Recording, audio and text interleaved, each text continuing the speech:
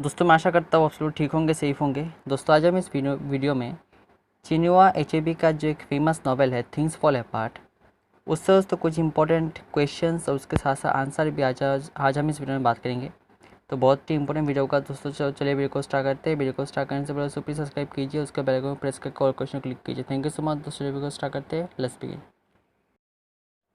दोस्तों सबसे पहला जो इंपॉर्टेंट क्वेश्चन होता है वो है सिग्निफिकेंस ऑफ द टाइटल। अब दोस्तों इस जो नॉवेल है, इस नॉवेल का टाइटल दिया गया है थिंग्स फॉल अपार्ट। दोस्तों थिंग्स फॉल अपार्ट का मतलब है चीज़ें बिखर जाना। तो इस टाइटल को दोस्तों ऑथर ने बहुत ही मीनिंगफुली यूज़ किया है इस नॉवेल में। यहाँ पे दोस्तों इस टाइटल का दो सिग्निफिकेंस है।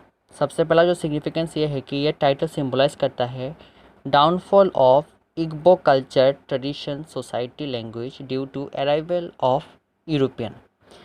दोस्तों जब अफ्रीका में, नाइजीरिया में जब यूरोपियन का जब अराइवल हुआ, जब यूरोपियन आए, जब कॉलोनिज्म था, तब क्या था कि नाइजीरिया का जो ट्रेडिशन था, जो कल्चर था, वो कम्प्लीटली डिस्ट्रॉय हो गया। एट द बिगिनिंग क्या होता था कि जो नाइजीरिया का जो कल्चर था, जो इग्बो जो कल्चर था, वो पीसफुली अपने तरीके से वो कल्चर वो सेलिब्रेट करते थे, कल्चरल चीज़ें वो सेलिब्रेट करते थे। उनका जो सोसाइटी था वो बहुत ही पीसफुल सोसाइटी था।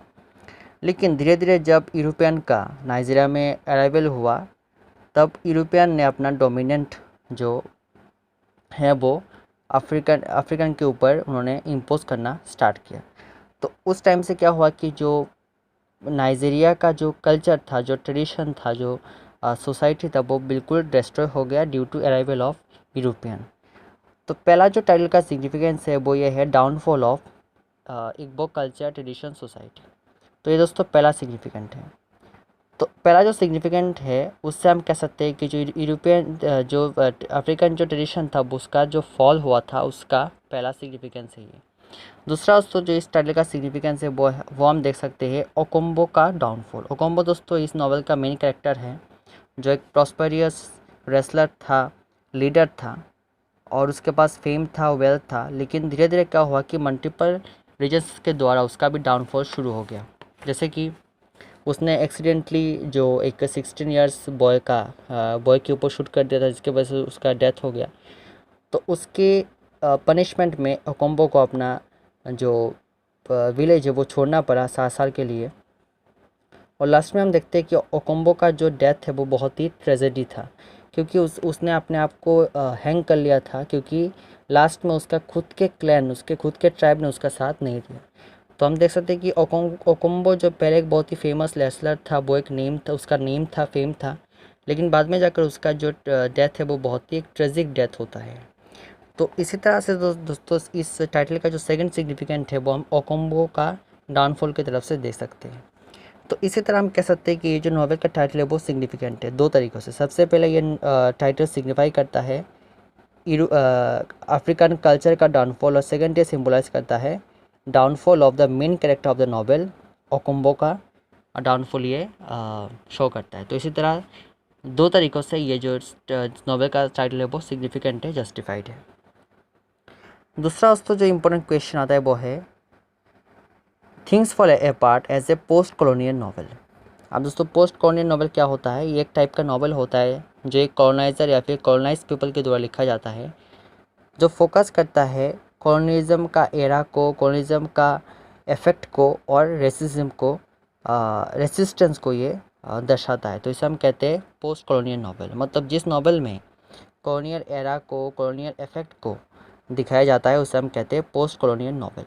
दोस्तों इसी तरह इस नॉवल को अगर हम पढ़ते हैं तो हम साफ तरीके से देख सकते हैं कि किस तरह से यूरोपियन जब नाइजीरिया में आए थे, आने के बाद कैसे नाइजीरिया का सोसाइटी, कल्चर पूरा डिस्ट्रॉय हो गया था ड्यूरिंग कॉलोनियलिज्म।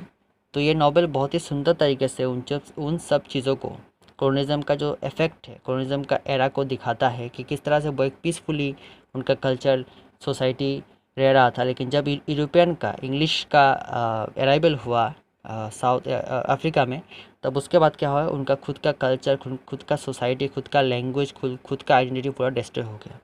तो इस नॉवल में हम देख सकते हैं कि कॉलोनियल इफेक्ट, कॉलोनियल एरा का पूरा छवि हम देख सकते हैं। तो इसी तरह हम कह सकते हैं कि ये जो नॉवल एक पूरा परफेक्ट एग्जाम्पल है पोस्ट कॉलोनियल नॉवल का। तीसरा जो इम्पोर्टेंट क्वेश्चन आता है वो है role of women in the novel. अब दोस्तों इस नॉवल में अगर हम वुमेन का रोल कहें तो वो बहुत ही नेगलेक्टेड है, मतलब वुमेन को इस नॉवल में दिखाया गया है एक नेगलेक्टेड, क्योंकि पूरा नॉवल में हम देख सकते हैं कि वुमेन का कोई भी सिग्निफिकेंट रोल नहीं है। वो हमेशा घर में रहती है, डोमेस्टिक वर्क करती है, हस्बैंड का जो रेस्पेक्ट करना, हस्बैंड को टाइमली खाना देना, घर का काम करना, बच्चों को देखना, ये सब चीज़ें में पूरा नॉवल का जो वुमेन कैरेक्टर है वो इन्वॉल्व है। तो पूरा नॉवल में हम ये देख सकते हैं कि जो पेट्रियार्कल सोसाइटी है उसको हम देख सकते हैं, क्योंकि पूरा नॉवल में जो वुमेन कैरेक्टर्स है वो डोमेस्टिक वर्क में बिजी है। उनका उतना कोई जो इन्फ्लुएंस या फिर हेल्प इन्फ्लुएंस या फिर उनका कोई रोल नहीं है सोसाइटी में। लास्ट दोस्तों इम्पोर्टेंट क्वेश्चन आता है वो है थीम्स। अब दोस्तों इस नॉवल में कुछ इम्पोर्टेंट मेजर थीम्स है। तो इस नॉवल में जो सबसे पहला थीम आता है वो है दोस्तों मैस्कुलिनिटी। अब दोस्तों जो मेन कैरेक्टर है ओकोम्बो, वो एक मैस्कुलर आदमी था, वो एक रेसलर था, अपने तरीक़ों से सबको रूल करता था, अपने फैमिली के ऊपर भी उसका दबदबा था। तो मैस्कुलिनिटी इस नॉवल का सबसे पहला इम्पोर्टेंट थीम है। दूसरा जो थीम है वो है रिलीजियन। हम देख सकते हैं किस तरह से इंग्लिश जो ब्रिटिशर्स आने के बाद जो इग्बो कल्चर, इग्बो रिलीजियन अपने तरीके से पीसफुली रह रहे थे, लेकिन जब इंग्लिश ब्रिटिशर्स जब नाइजीरिया में आए तो उनका जो कल्चर डोमिनेंस, रिलीजियस डोमिनेंस उन्होंने नाइजीरियन पीपल के ऊपर इम्पोज करना उन्होंने शुरू कर दिया, और जो पहला जो कल्चर है वो धीरे धीरे क्रिश्चियनिटी में कन्वर्ट हो गया। तो रिलीजन दूसरा इम्पोर्टेंट थीम है। तीसरा जो थीम है वो है कॉलोनियलिज्म। तो हम देख सकते हैं कि इस नॉवल में किस तरह से कॉलोनियलिज्म को दिखाया गया है, कॉलोनियलिज्म का इफेक्ट, कॉलोनियलिज्म का एरा को दिखाया गया है, ब्रिटिशर्स का रूल को दिखाया गया है। तो तीसरा जो इम्पोर्टेंट थीम है वो है कॉलोनियलिज्म। चौथा जो इम्पोर्टेंट थीम है वो है लैंग्वेज।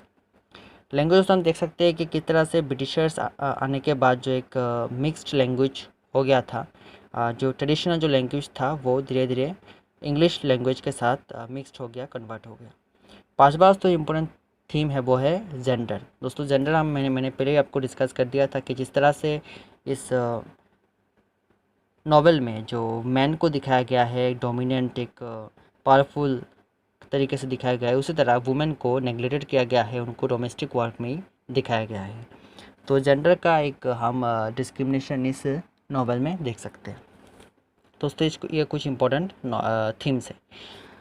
तो थैंक यू सो मच दोस्तों, आज के लिए इतने। आज मैं इस वीडियो में थिंग्स फॉल अपार्ट जो नॉवेल है उससे मोस्ट इंपॉर्टेंट 4 क्वेश्चंस उसके साथ आंसर भी डिस्कस किया। तो मैं आशा करता हूँ वीडियो सबके लिए हेल्पफुल होगा। तो गुड बाय दोस्तों, आज के लिए इतना। अच्छे रहिए, स्वस्थ रहिए।